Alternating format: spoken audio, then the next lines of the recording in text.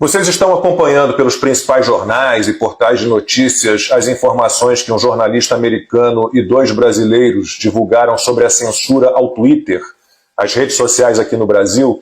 Não estão, porque esses veículos simplesmente resolveram ignorar o assunto.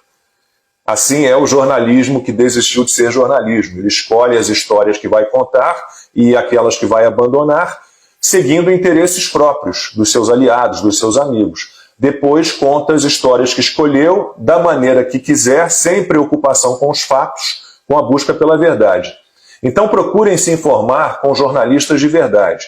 O americano Michael Shellenberger e os brasileiros Davi Agape e Eli Vieira Júnior tiveram acesso a trocas de e-mails entre executivos do Twitter no período de fevereiro de 2020 a novembro de 2022, já depois das eleições presidenciais. E eles chegaram à seguinte conclusão: o Brasil está envolvido em uma ampla repressão à liberdade de expressão liderada por um ministro da Suprema Corte numa clara tentativa de minar a democracia. E afirmam que Alexandre de Moraes e o TSE impuseram censura no Brasil, o que teria interferido na escolha do presidente da República. A partir dos e-mails a que tiveram acesso, os jornalistas afirmam que Moraes exigiu ilegalmente que o Twitter revelasse detalhes pessoais sobre usuários da plataforma que usaram hashtags de que o ministro não gostou. Exigiu acesso aos dados internos do Twitter numa violação à política da plataforma. Procurou censurar unilateralmente postagens no Twitter de integrantes do Congresso Nacional. Procurou transformar as políticas de moderação de conteúdo do Twitter numa arma contra apoiadores do então presidente Jair Bolsonaro. Os arquivos divulgados pelo Shellenberger, pelo Davi e pelo Eli mostram as origens da demanda do judiciário brasileiro por poderes de censura abrangente e o nascimento do que eles chamam de complexo industrial da censura no Brasil. Eles cobraram uma posição do Alexandre de Moraes e do TSE, mas não tiveram resposta. Vários e-mails do consultor jurídico do Twitter, Rafael Batista, deixam clara a pressão feita sobre a plataforma, inclusive com investigação criminal contra um funcionário da rede social, para fornecimento até de dados de usuários que o Twitter não tem, como nome completo, estado civil e profissão. O consultor explica que não há obrigação afirmativa no país de coleta e, consequentemente, fornecimento de dados cadastrais.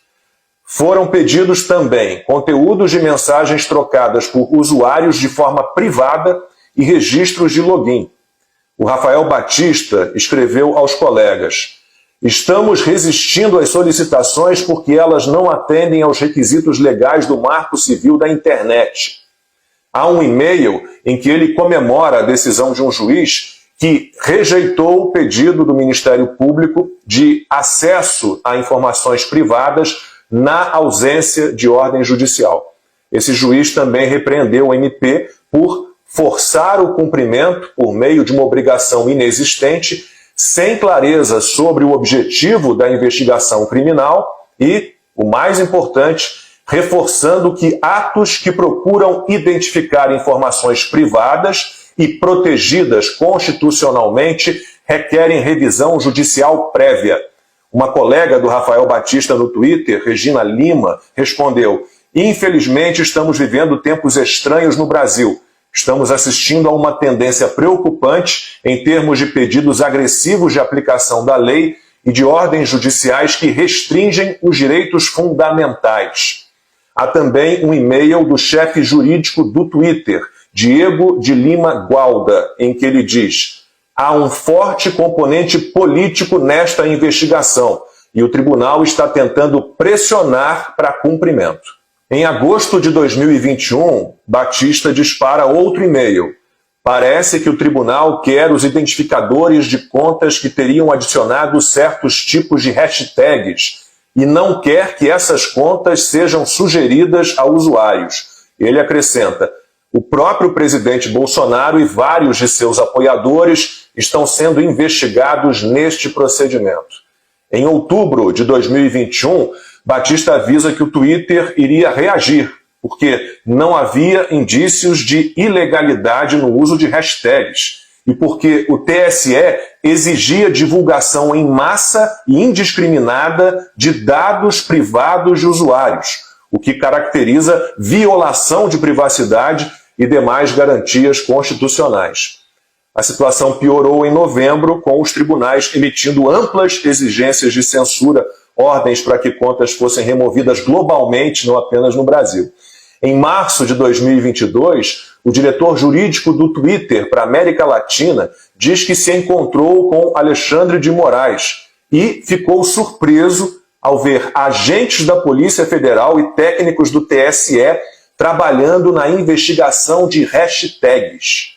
O tribunal seguiu pressionando o Twitter atrás de dados privados de usuários sob a justificativa de circunstâncias excepcionais e para prevenir possíveis atividades ilegais.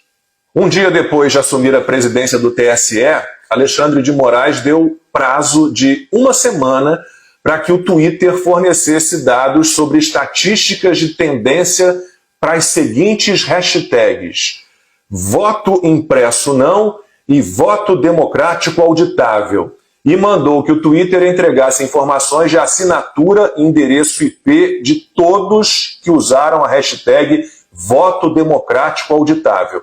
Se a plataforma não cumprisse a ordem, pagaria multa diária de R$50 mil. Os 3 jornalistas responsáveis pela divulgação dessas informações ouviram o jurista brasileiro Hugo Freitas, que disse o seguinte: postar hashtags para promover mudanças legislativas é totalmente apropriado para uma democracia e não é crime previsto pela legislação brasileira. O Michael Schellenberger, o Davi Agape e o Eli Vieira Júnior também analisam o PL da censura, que eles dizem manteria as empresas de mídia social reféns de requisitos vagos de censura, já que o projeto não define o que são notícias falsas ou desinformação. E criticam o ativismo político do TSE e do STF, que fazem lobby abertamente para que a lei seja aprovada. E também a decisão da Corte Eleitoral de implementar o projeto unilateralmente, usurpando o papel do Congresso Nacional. Eles afirmam que a censura do TSE é um ataque ao processo eleitoral. As eleições só poderão ser livres e justas se o público for capaz de debater e questionar as leis, os sistemas e resultados eleitorais. Diante de tudo isso, é revoltante que a imprensa tradicional não esteja tratando desse assunto. Se já não temos mais liberdade, não é culpa apenas de ministros do Supremo, ainda que eles sejam a origem do problema.